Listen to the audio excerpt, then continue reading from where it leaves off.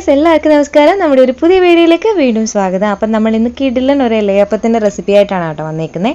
ഇലയട ഭയങ്കര ടേസ്റ്റിയാണ്. അപ്പോൾ അതിന് വേണ്ടി നമ്മൾ എടുത്തേക്കുന്നത് ഒരു സീക്രട്ട് ഇൻഗ്രീഡിയൻ്റ് ആണ് അമൃതം പൊടി. അപ്പോൾ അമൃതം പൊടി കൊണ്ട് കുറുക്കുണ്ടാക്കി കൊടുത്ത് അത് കഴിച്ച് കുഞ്ഞുങ്ങളും എടുത്തിട്ടുണ്ടെങ്കിൽ നമുക്കിതൊന്ന് ട്രൈ ചെയ്ത് നോക്കാം. അപ്പോൾ അമൃതം പൊടിയുടെ കൂടെ ഏത്തപ്പഴവും കൂടെ ചേർത്ത് അതിൻ്റെ കൂടെ ഗോതമ്പ് പൊടിയും കൂടെ ചേർത്ത് നല്ല ഹെൽത്തി ആയിട്ടുള്ളൊരു കിടിലൻ ഇലയപ്പമാണ് നമ്മൾ ഇന്ന് ചെയ്യാൻ പോകുന്നത്. അപ്പോൾ അതിന് വേണ്ടിയിട്ട് ഞാൻ കുറച്ച് വിസ്താരമുള്ളൊരു പാത്രം എടുത്തിട്ടുണ്ട് കേട്ടോ. ഇതൊക്കെ കുത്തിക്കുഴച്ച് ഇളക്കണ്ടേ. അപ്പോൾ ആ പാത്രം എടുത്ത് വെക്കുക. അതിലേക്ക് ഞാൻ ഒരു 250 ഗ്രാം കാണും കേട്ടോ അമൃതം പൊടി, അതൊന്ന് ഇട്ട് കൊടുത്തിട്ടുണ്ട്. പിന്നെ നമ്മൾ 2 ഏത്തപ്പഴം എടുക്കും. ഏത്തപ്പഴം അല്ല, ഏത് പഴം വേണമെങ്കിലും നമുക്ക് യൂസ് ചെയ്യാം കേട്ടോ. അപ്പോൾ ഞാനിവിടെ ഏത്തപ്പഴം കുറച്ച് ഇച്ചിരി പഴുത്ത് പോയ ഏത്തപ്പഴമായിരുന്നു. അപ്പോൾ ഞാൻ വിചാരിച്ചു അതും കൂടെ അങ്ങ് ആഡ് ചെയ്യാൻ നല്ല ടേസ്റ്റ് ആയിരിക്കുമല്ലോ എന്ന് വിചാരിച്ചു. അപ്പോൾ അത് മിക്സർ ജാറിലിട്ട് നന്നായിട്ട് പേസ്റ്റ് പോലെ ഒന്ന് അടച്ചെടുക്കണം. അല്ലെങ്കിൽ കൈകൊണ്ട് ഞാൻ എവിടെ എടുത്താലും മതി കേട്ടോ. അതിൻ്റെ കൂടെ തന്നെ ഞാൻ 1 കപ്പ് ഗോതമ്പ് പൊടിയും ചേർക്കുന്നുണ്ട്. ഈ ഇലയപ്പത്തിൻ്റെ ഒരു പ്രത്യേകത എന്ന് പറഞ്ഞാൽ നമ്മൾ എന്ത് ഐറ്റംസ് ഇൻഗ്രീഡിയൻസ് എടുത്താലും നമ്മുടെ ഇഷ്ടത്തിനനുസരിച്ച് എടുക്കാം. കുഴച്ചെടുക്കുമ്പോൾ കുഴയ്ക്കുന്നതിൻ്റെ പരുവം കറക്റ്റ് ആവണമെന്ന് മാത്രമേ ഉള്ളൂ, ഇലയപ്പം സെറ്റ് ആയിക്കോളും. അപ്പം ഗോതമ്പ് പൊടി, അമൃതം പൊടി, ഏത്തക്കയൊക്കെ നമ്മുടെ ഇഷ്ടത്തിനനുസരിച്ച് നമുക്ക് എടുക്കാം. അപ്പോൾ കുറച്ച് ഉപ്പും കൂടെ ഞാൻ ടേസ്റ്റ് ബാലൻസ് ചെയ്യാൻ വേണ്ടിയിട്ടാണ് ഉപ്പിടുന്നത്. ഒരുപാട് ഉപ്പാക്കരുത് കേട്ടോ. പിന്നെ നമ്മൾ ചേർക്കുന്നത് തേങ്ങയാണ്. തേങ്ങയും നമ്മുടെ ടേസ്റ്റിനനുസരിച്ച് ചേർക്കാം. ഞാനിവിടെ 1 മുറി തേങ്ങ എടുത്ത് മിക്സിയിൽ ജസ്റ്റ് ഒന്ന് ക്രഷ് ചെയ്തിട്ടാണ് ചേർക്കുന്നത് കേട്ടോ. അപ്പം തിരുമ്മി ഇടുമ്പോൾ കുറച്ച് തിരുമ്മിൻ്റെ ഇത് കൂടുതലായിട്ട് വരുമ്പോൾ പൊടിക്കുഞ്ഞിന് കൊടുക്കുന്നുണ്ട് കേട്ടോ. ഒരു 1.5 വയസ്സുള്ള കുഞ്ഞിനും കൂടെ കൊടുക്കും ഞാൻ. അപ്പോൾ അവളുടെ തൊണ്ടയിൽ ചിലപ്പോൾ ഈ തേങ്ങാക്കുത്തിൻ്റെ ഇത് വന്നാലോ എന്ന് പേടിച്ചിട്ട് ഞാൻ മിക്സിയിൽ ജസ്റ്റ് ഒന്ന് ക്രഷ് ചെയ്യും കേട്ടോ. അപ്പോൾ നിങ്ങൾക്കത് വേണ്ടാന്നുണ്ടെങ്കിൽ തിരുമ്മി തന്നെ എടുത്ത് ചെയ്യാം.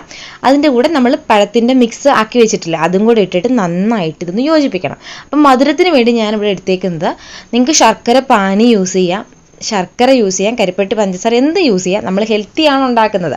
അപ്പം നമ്മൾ എന്താണ് ചേർക്കുന്നത്, പഞ്ചസാരയെക്കാളും കുറച്ചുകൂടി ഹെൽത്തി ആണല്ലോ ശർക്കര. അപ്പം ശർക്കര പൊടിച്ച ശർക്കര നമുക്ക് അപ്പം കിട്ടുന്നുണ്ടല്ലോ കടകളിൽ, അതാണ് കേട്ടോ ഞാൻ ചേർത്ത് കൊടുക്കുന്നത്. എന്നിട്ട് നന്നായിട്ട് മിക്സ് ചെയ്യണം.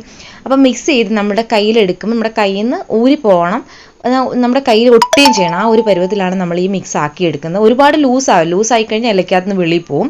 പിന്നെ ഒരു 2 പഴം, വെറുതെ കുഞ്ഞ് 2 പഴം കൂടെ ഒന്ന് കട്ട് ചെയ്ത് കടിക്കാൻ കിട്ടുന്ന രീതിയിൽ ഒന്ന് ഇട്ടിട്ട് നന്നായിട്ടൊന്ന് മിക്സ് ചെയ്തെടുക്കുക. അപ്പം നിങ്ങൾക്ക് മനസ്സിലാകുന്നത് ഇത് എങ്ങനെ കുഴച്ചെടുക്കുന്നതിൻ്റെ ഒരു പരുവം. ചപ്പാത്തി മാവ് പോലെ ഒത്തിരി ടൈറ്റായി പോകരുത് കേട്ടോ. ഇതേപോലൊരു പരുവത്തിൽ വേണം എടുക്കാം. പിന്നെ ഇല, വയണയിലയോ വട്ടയിലയോ വാഴയിലയോ എന്ത് ഇല വേണേലും എടുക്കാം. അപ്പം ഞാൻ ഇവിടെ എടുക്കുന്ന വാഴയിലാണ് കേട്ടോ. വാഴയില എടുത്തിട്ട് കുറച്ചെടുത്തിട്ട് ജസ്റ്റ് കയ്യിലൊന്ന് വെള്ളം നനച്ച് പതുക്കെ ഒന്ന് എല്ലായിടും ഒന്ന് സ്പ്രെഡ് ചെയ്ത് കൊടുക്കുക, ഇല മടക്കുക. അപ്പം ഞാൻ ഒരെണ്ണം കൂടെ ഒന്ന് കാണിക്കാം കേട്ടോ. അറിയാത്തവർക്ക് വേണ്ടി, ഇതൊക്കെ എല്ലാവർക്കും അറിയാം, എന്നാലും ജസ്റ്റ് ഒന്ന് കാണിക്കാം. അപ്പോൾ ഇലക്കകത്ത് കുറച്ചെടുത്ത് വെക്കുക, നൈസായിട്ട് പരത്തണം കേട്ടോ, അതാണ് ടേസ്റ്റ്. പിന്നെ നമ്മൾ കൈ കൊണ്ട് ജസ്റ്റ് ഒന്ന് സ്പ്രെഡ് ചെയ്ത് കൊടുക്കുക. നിങ്ങൾക്ക് വേണമെങ്കിൽ ഇതിനകത്ത് ഏലക്ക ആഡ് ചെയ്യാം, ചെറിയ ജീരകം ആഡ് ചെയ്യാം കേട്ടോ. ഇത് പഴം മിക്സ് ചെയ്യുന്ന കൂട്ടത്തിൽ നമുക്ക് അതിൻ്റെ മിക്സഡ് ജാറിൽ പഴം നമ്മൾ അടിക്കത്തില്ല, ആ സമയത്ത് ഏലക്കയും ജീരകം കൂടി ഇട്ട് കൊടുത്താലും മതി.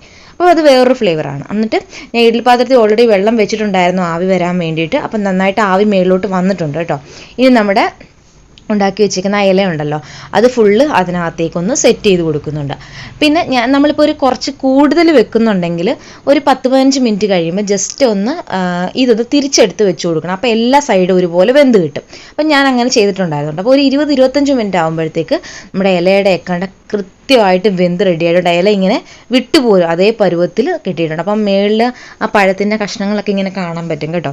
അതൊക്കെ ഓപ്ഷനിലാണ്, നിങ്ങൾക്ക് ഇഷ്ടമുണ്ടെങ്കിൽ മാത്രം ചെയ്താൽ മതി. അപ്പം നമ്മുടെ ഇലയുടെ ഇവിടെ സെറ്റ് ആയിട്ടുണ്ട്. ഇനി നമുക്കൊന്ന് കഴിച്ച് നോക്കാം. അപ്പം തണുത്തിട്ട് കഴിക്കുന്നതാണ് കേട്ടോ കുറച്ചും കൂടെ ഒന്ന് സെറ്റ് ആവാനും ടേസ്റ്റ് ആവാനും നല്ലത്.